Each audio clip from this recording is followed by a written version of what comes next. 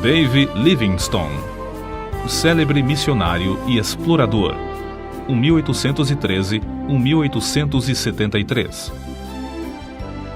Certo comerciante, ao visitar a abadia de Westminster, em Londres, onde se acham sepultados os reis e vultos eminentes da Inglaterra, inquiriu qual túmulo, excluindo o do soldado desconhecido, era o mais visitado. O porteiro respondeu que era o de Dave Livingstone. São poucos os humildes e fiéis servos de Deus que o mundo distingue e honra assim. Conta-se que em Glasgow, depois de passar 16 anos na África, Livingstone foi convidado a fazer um discurso perante o corpo discente da universidade. Os alunos resolveram vaiar esse camarada missionário, fazendo o maior barulho possível. Certa testemunha do acontecimento disse: contudo, desde o momento em que Livingstone compareceu perante eles, magro e delgado, depois de cair 31 vezes de febre nas matas da África e com um braço descansando numa tipóia depois do encontro com um leão, os alunos guardaram grande silêncio. Ouviram com o maior respeito tudo o que o orador relatou e a maneira como Jesus cumprira a sua promessa. Eis que eu estou convosco todos os dias, até a consumação dos séculos. Dave Livingstone nasceu na Escócia. Seu pai, Neil Livingstone, costumava contar aos filhos as proezas de seus antepassados por 8 gerações. Um dos bisavôs de Dave fugira com a família dos cruéis pactuários para os pantanais e montes escabrosos, onde podia adorar a Deus em espírito e em verdade. Mas mesmo esses cultos, que se realizavam entre os espinhos e às vezes no gelo, eram interrompidos, de vez em quando, pela cavalaria que chegava galopando para matar ou levar presos, tanto homens como mulheres. Os pais de Dave criavam seus filhos no temor do Senhor. O lar era sempre alegre e servia como notável modelo de todas as virtudes domésticas. Não se perdia uma hora durante os 7 dias da semana, e o domingo era esperado e honrado como o dia de descanso. Com a idade de 9 anos, Dave ganhou um Novo Testamento, prêmio oferecido ao repetir de cor o capítulo mais comprido da Bíblia, o Salmo 119. Entre as recordações mais sagradas da minha infância, escreveu Livingstone, estão as da economia da minha mãe para que os poucos recursos fossem suficientes para todos os membros da família.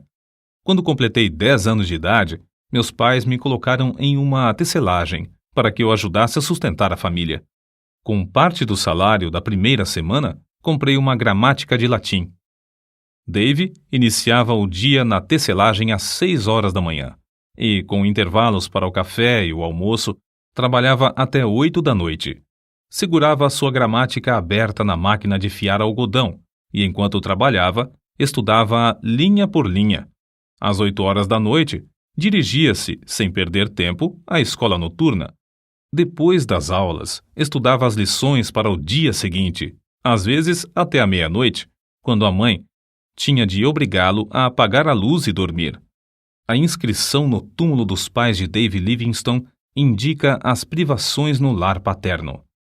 Para marcar o lugar onde descansa Neil Livingstone e Agnes Hunter, sua esposa, e para exprimir a gratidão a Deus dos seus filhos, João, Dave, Janet, Carlos e Agnes, por pais pobres e piedosos. Os amigos insistiam em que ele mudasse as últimas palavras para pais pobres, mas piedosos, grifo do autor. Contudo, Dave recusou porque, para ele, tanto a pobreza como a piedade eram motivos de gratidão. Sempre considerou o fato de aprender a trabalhar longos dias, mês após mês, ano atrás ano, na fábrica de algodão, uma das maiores felicidades da sua vida. Nos feriados, Dave gostava de pescar e fazer longas excursões pelos campos e as margens dos rios. Esses passeios extensos lhe serviam tanto de instrução como de recreio. Saía para verificar na própria natureza o que estudara nos livros sobre botânica e geologia. Sem o saber, ele assim se preparava em corpo e mente para as explorações científicas e para o que escreveria com exatidão acerca da natureza na África. Aos 20 anos, houve grande mudança espiritual em Dave Livingstone, que determinou o rumo de todo o resto da sua vida. A bênção divina inundou-lhe o ser como inundara o coração do apóstolo Paulo ou de Agostinho, e outros do mesmo tipo, dominando os desejos carnais. Atos de abnegação, muito difíceis de executar sob a lei férrea da consciência, tornaram-se serviços de vontade livre sob o brilho do amor divino.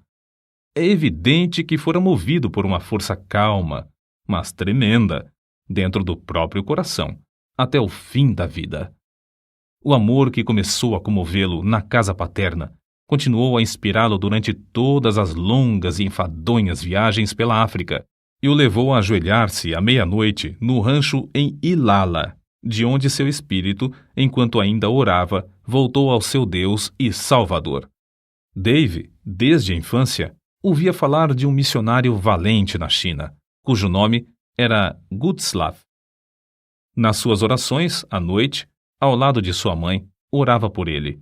Com a idade de 16 anos, Dave começou a sentir desejo profundo de fazer conhecido o amor e a graça de Cristo, aqueles que jaziam em densas trevas, e resolveu firmemente, no coração, dar também sua vida como médico e missionário ao mesmo país, a China. Ao mesmo tempo, o professor da sua classe da escola dominical, Dave Hogg, o aconselhava: Ora, moço, faça da religião o motivo principal da sua vida cotidiana, e não uma coisa inconstante, se quer vencer as tentações e outras coisas que o querem derribar. E Dave assentou no seu coração dirigir sua vida por essa norma. Ao completar 9 anos de serviços na fábrica, foi promovido a um trabalho mais lucrativo. Conseguiu concluir seus estudos, recebendo o diploma de licenciado da Faculdade de Médicos e Cirurgiões de Glasgow, sem ter recebido um tostão de auxílio de alguém.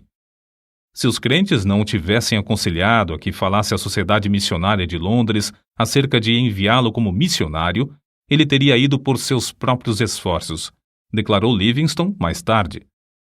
Durante todos os anos de estudo para ser médico e missionário, sentia-se dirigido para trabalhar na China. Certa vez, numa reunião, ouviu o discurso de um homem de barba comprida e branca, alto, robusto e de olhos bondosos e penetrantes, chamado Roberto Moffat.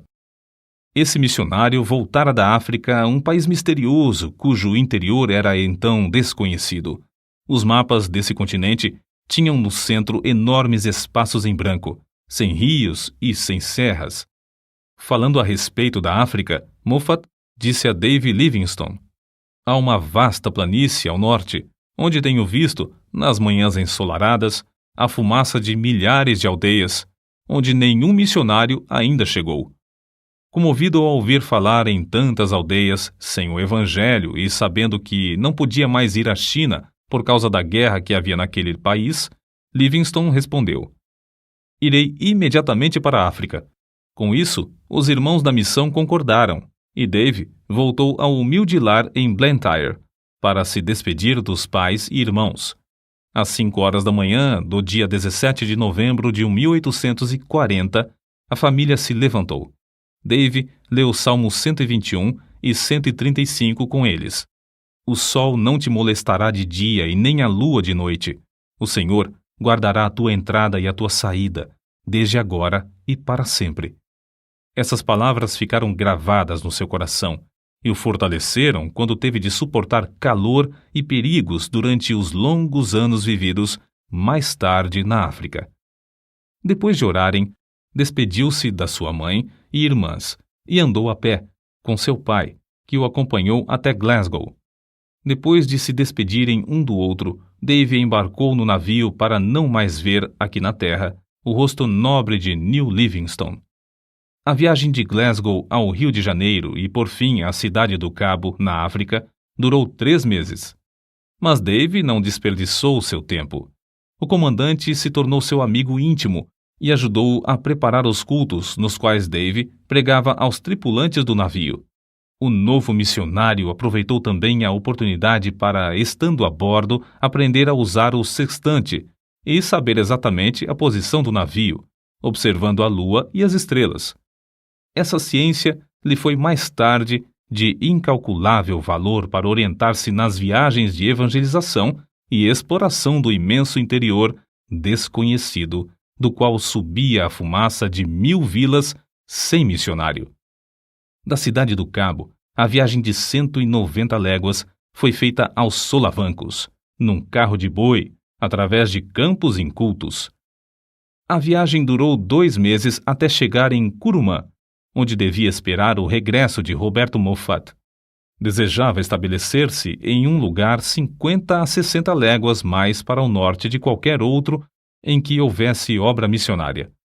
Para aprender a língua e os costumes do povo, nosso pioneiro passava o tempo viajando e vivendo entre os indígenas.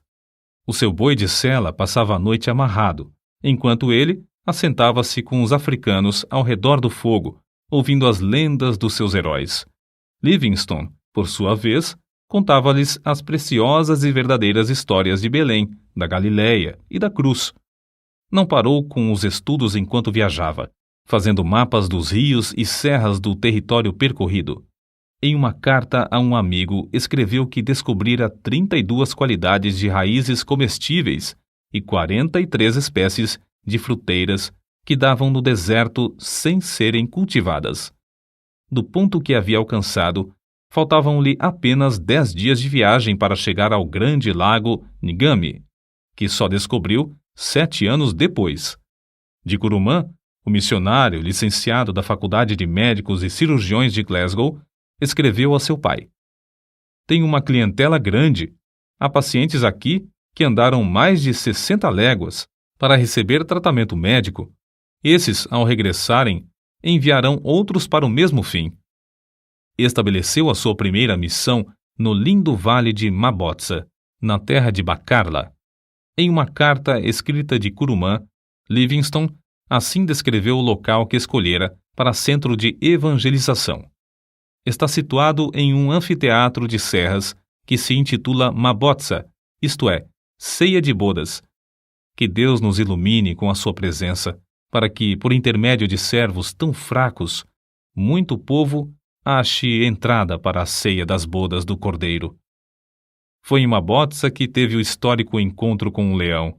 Acerca disso, escreveu Dave: "Ele saltou e me alcançou o ombro. Ambos fomos ao chão. Rosnando horrivelmente perto do meu ouvido, sacudiu-me como um cão faz a um gato. Os abalos que me deu o animal produziram-me um entorpecimento igual ao que deve sentir um rato depois da primeira sacudidela que lhe dá o gato. Atacou-me uma espécie de adormecimento em que não senti dor nem sensação de temor. Contudo, antes de a fera ter tempo de matar, deixou-o para atacar outro homem, que, de lança na mão, entrara na luta.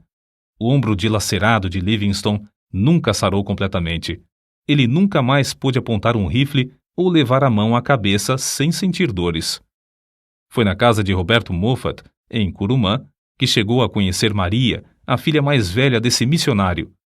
Depois de abrir a missão em Mabotsa, os dois se casaram. 6 filhos foram fruto desse enlace. Depois de Livingstone se casar, a escola dominical em Mabotsa transformou-se em escola diária e tinha como professora a esposa do missionário.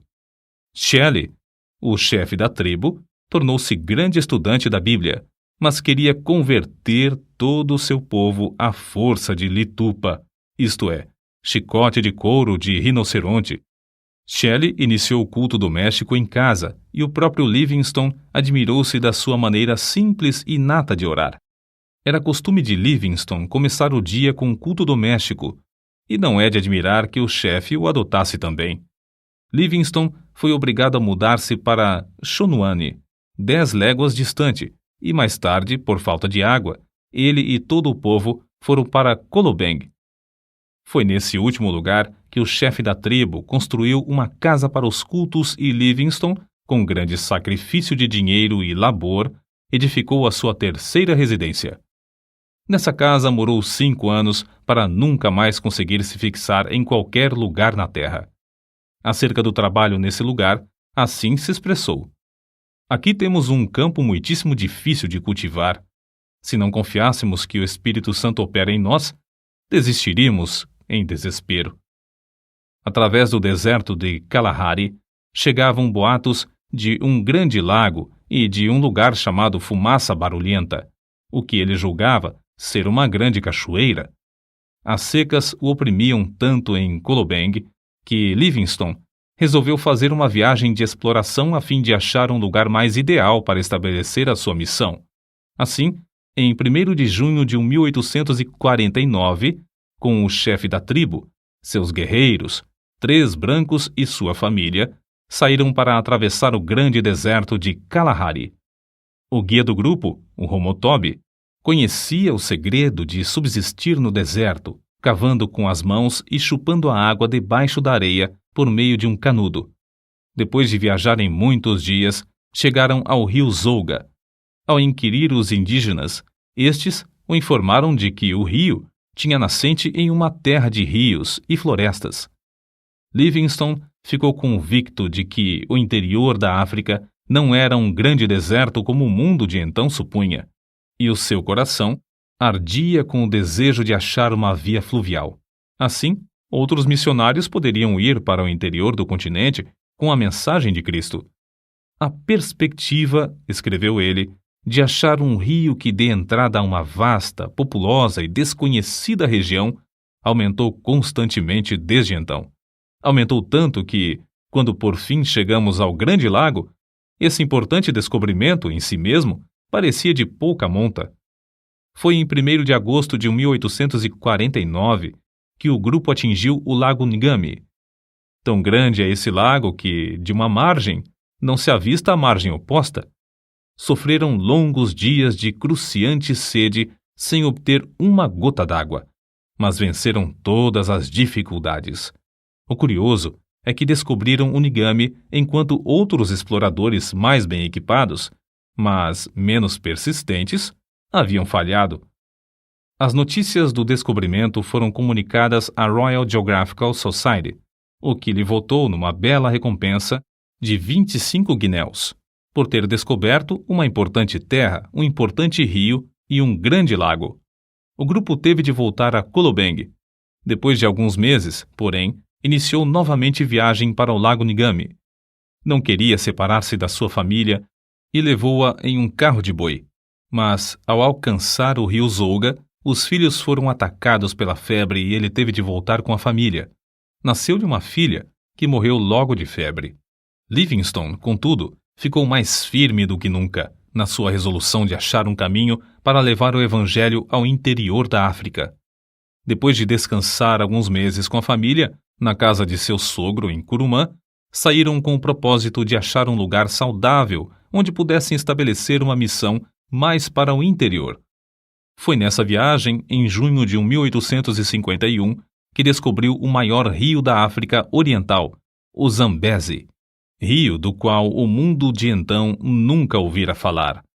No seguinte trecho que Livingstone escreveu, descobre-se algo do que tinham de sofrer nessas viagens. Um dos assistentes desperdiçou a água que levávamos no carro e à tarde tínhamos apenas um restinho para as crianças.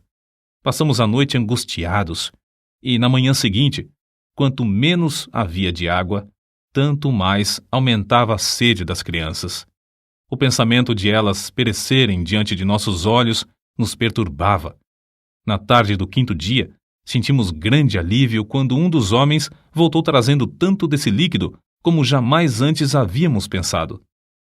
Livingstone, convicto de que era a vontade de Deus que saísse para estabelecer outro centro de evangelização, e com indômita fé de que o Senhor supriria todo o necessário para cumprir a sua vontade, avançava sem vacilar.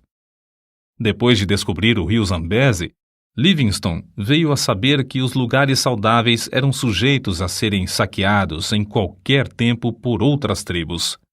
Só nos lugares infestados de doença e febre é que se achavam tribos específicas.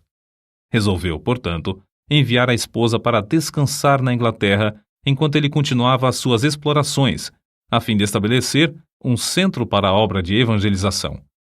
via-se forçado a estabelecer tal centro porque os boeres holandeses invadiam o território e, além de roubar as terras e o gado dos indígenas, punham em prática um regime da mais vil escravatura. Livingstone enviou crentes fiéis para evangelizar os povos em redor, mas os boeres acabaram com essa obra, matando muitos dos indígenas e destruindo todos os bens que o missionário possuía em Kolobeng. Diante desse quadro, o obreiro levou sua família para a cidade do Cabo, de onde seus queridos embarcaram em um navio para a Inglaterra. Nesse tempo, quando Deus suprira todo o necessário para que a família voltasse à terra natal, declarou: Ó amor divino, eu não te amo com a força, a profundidade e o ardor que convém. A separação da família causou-lhe profunda mágoa, mas dirigiu o rosto heroicamente de novo a socorrer as infelizes tribos do interior da África. Havia 3 motivos que o aconselhavam a fazer uma viagem de exploração. Primeiro, queria achar um lugar para residir com a família entre os Barotses e evangelizá-los. Segundo, a comunicação entre o território dos Barotses e a cidade do Cabo era muito demorada e difícil, e ele queria descobrir um caminho para um porto mais próximo. Terceiro, queria fazer todo o possível para influenciar as autoridades contra o horrendo tráfico de escravos. Foi nessa época da sua vida que Livingstone, por suas proezas, tornou-se conhecido no mundo inteiro. No seu ardor, desejando que Deus lhe poupasse a vida e o usasse em abrir o continente para a entrada do Evangelho, orou assim: Ó Jesus, rogo que me enchas agora com o teu amor e me aceites e me uses um pouco para a tua glória. Até agora não fiz nada para ti, mas quero fazer algo. Ó, eu te imploro que me aceites e me uses, e que seja tua toda a glória. Escreveu mais ainda: Não valeria coisa alguma o que possuo ou o que possuirei, a não ser em relação ao reino de Cristo. Se alguma coisa que tenho pode servir para o teu reino, dar-lhe-ei a ele, a quem devo tudo neste mundo e durante a eternidade. Livingstone atravessou ida e volta o continente africano desde a foz do Zambeze a São Paulo de Luanda. Façanha esta realizada pela primeira vez por um branco. Nas memórias que escrevia diariamente, nota-se como admirava as lindas paisagens de um continente que o mundo julgava ser um vasto deserto. Chegou a Luanda magro e doente. Apesar da insistência do cônsul britânico para que regressasse à Inglaterra, a fim de recuperar a saúde abalada, ele voltou a Zambeze por outro caminho, a fim de levar seus fiéis companheiros até em casa, conforme lhes prometera antes de iniciarem a viagem. Nessa viagem, Livingstone descobriu as magníficas cataratas de Vitória, nome que ele deu às grandes quedas em homenagem à rainha da Inglaterra. Nesse lugar, o rio Zambeze tem a largura de mais de 1 quilômetro. Ali, as águas desse grande rio se precipitam espetacularmente de uma altura de 100 metros. Livingstone continuou a pregar o evangelho constantemente, às vezes a auditórios de mais de 1000 indígenas. Antes de tudo, esforçava-se para ganhar a estima das tribos hostis, por onde passava, por sua conduta cristã, em grande contraste com a dos mercadores de escravos. Sozinho, com seus fiéis macololos, caiu 31 vezes de febre nos matagais, durante um período de 7 meses. Mas não era tanto o sofrimento físico. Suas cartas revelam a sua angústia de espírito ao ver os horrores do povo africano massacrado e arrebentado dos seus lares, conduzido como gado para ser vendido no mercado. De um lugar alto onde subiu, contou 17 aldeias em chamas, incendiadas por esses nefandos mercadores de seres humanos. Prometera à sua esposa reunir-se com a família depois de 2 anos. Mas passaram-se 4 anos e meio antes que ela recebesse qualquer notícia dele. Por fim, após uma ausência de 17 anos da pátria, regressou à Inglaterra. Voltou à civilização e à sua família como quem volta da morte. Antes de desembarcar, soube que seu querido pai falecera.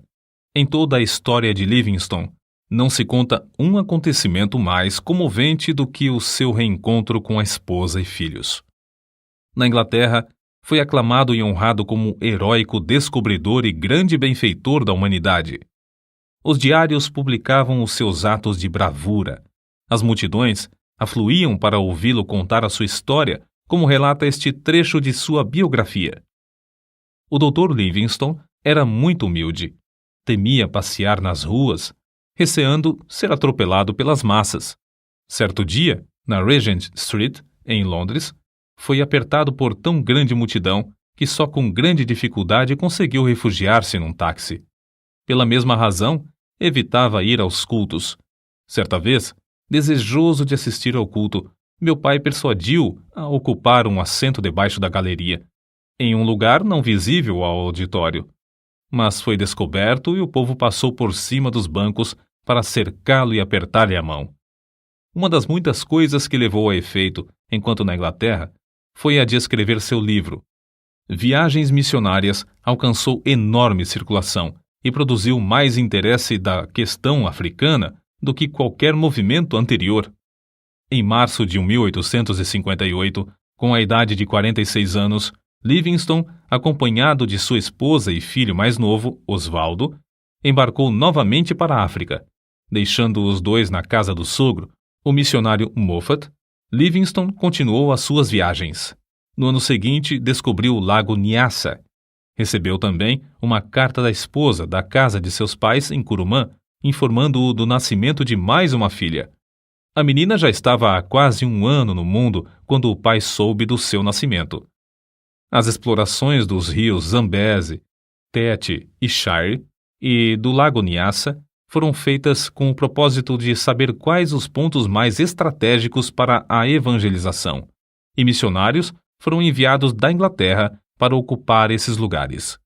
Em 1862, a esposa reuniu-se a ele novamente e acompanhava-o nas viagens, mas 3 meses depois faleceu, vítima da febre, e foi enterrada em uma encosta verdejante na margem do rio Zambeze. No seu diário, Livingstone assim escreveu: Chorei-a porque merece as minhas lágrimas. Amei-a ao nos casarmos, e quanto mais tempo vivíamos juntos, tanto mais a amava. Que Deus tenha piedade dos filhos. Um dos maiores obstáculos que Livingstone enfrentou na obra missionária foi o terror dos indígenas ao verem o rosto de um homem branco. Não era para menos, se considerarmos suas atrocidades. Aldeias inteiras em ruínas, fugitivos escondendo-se nos campos de alto capim, sem nada a terem para comer, centenas de esqueletos e cadáveres insepultos, comboios de homens e mulheres algemados aos troncos, seguros pelo pescoço, conduzidos aos portos.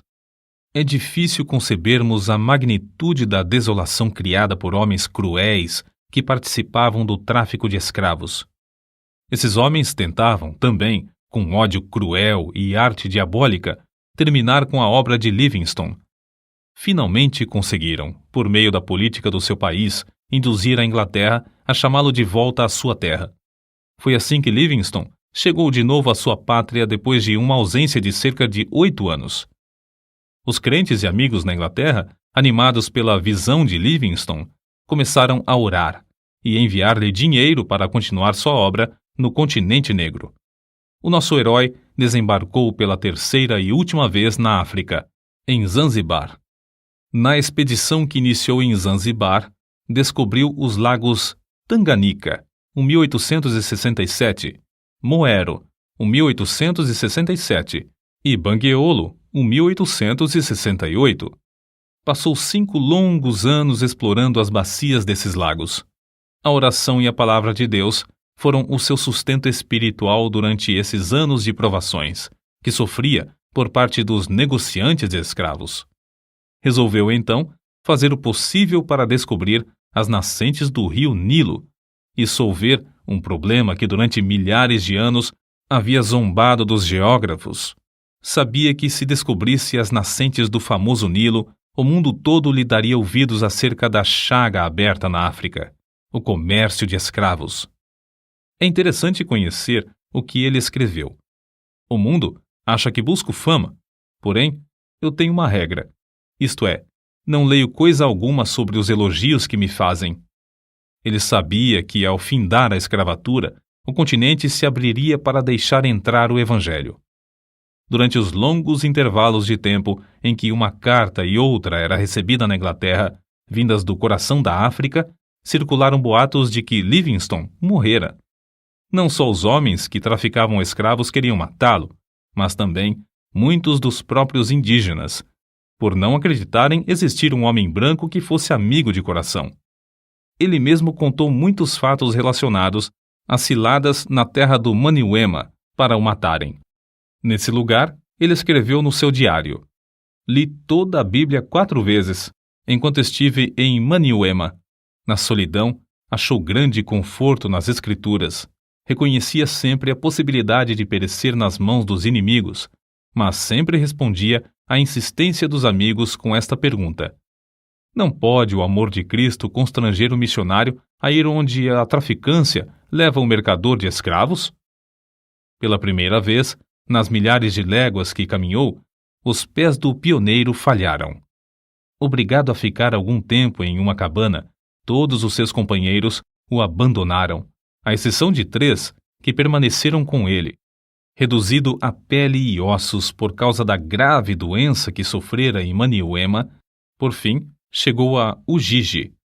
Não tinha recebido cartas havia 2 anos e esperava receber também as provisões que enviara para lá.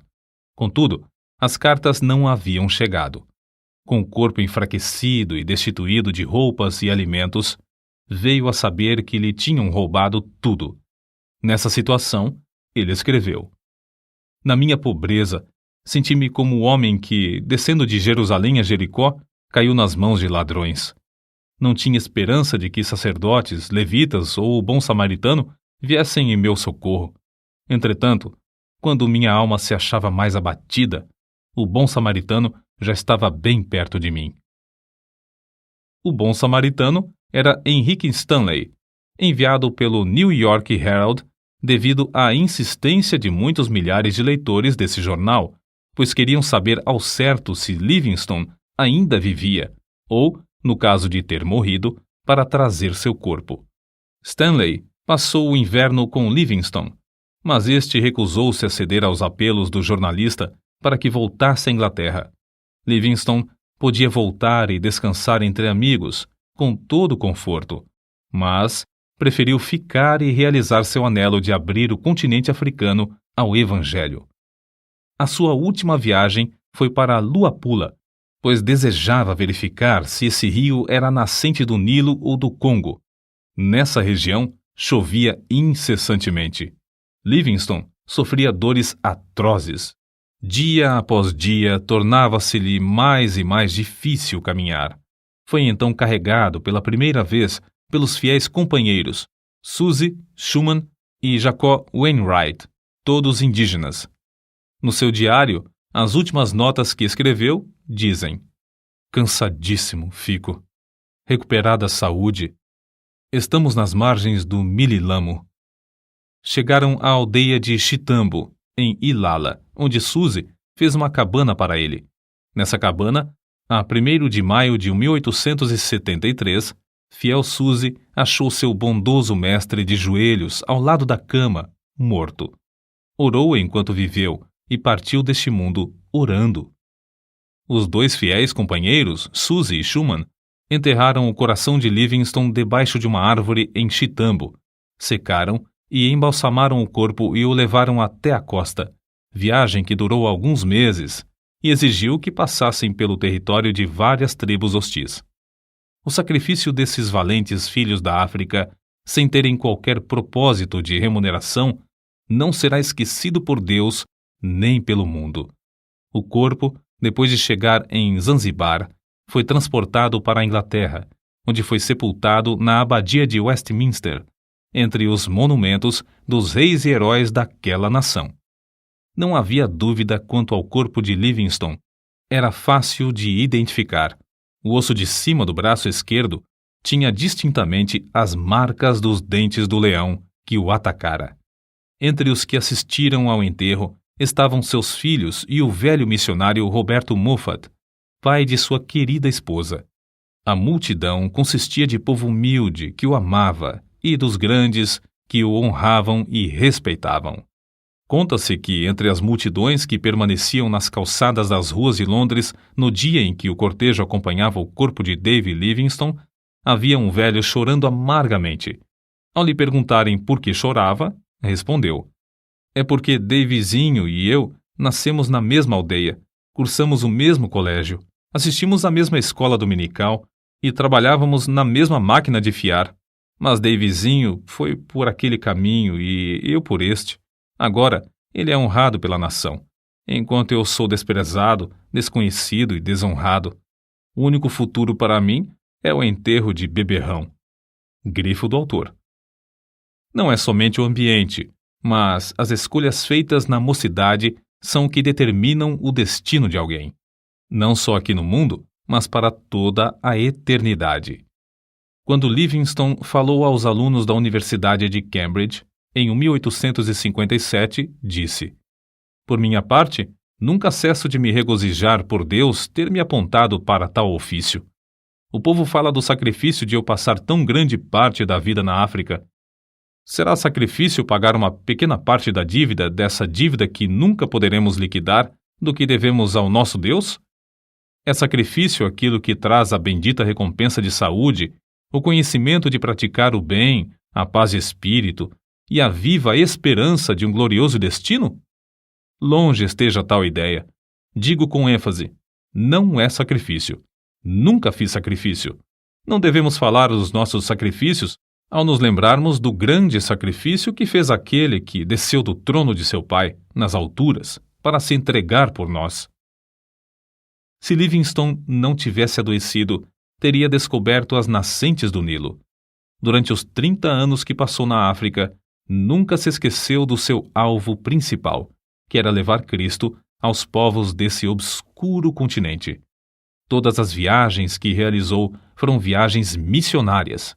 Gravadas no seu túmulo podem ser lidas estas palavras: "O coração de Livingstone jaz na África, seu corpo descansa na Inglaterra, mas sua influência continua." Gravados para sempre na história da Igreja de Cristo estão os grandes êxitos obtidos na África por Livingstone durante um período de mais de 75 anos depois de sua morte. Êxitos inspirados, em grande parte, pelas orações e persistência desse eminente servo de Deus, que foi fiel até a morte.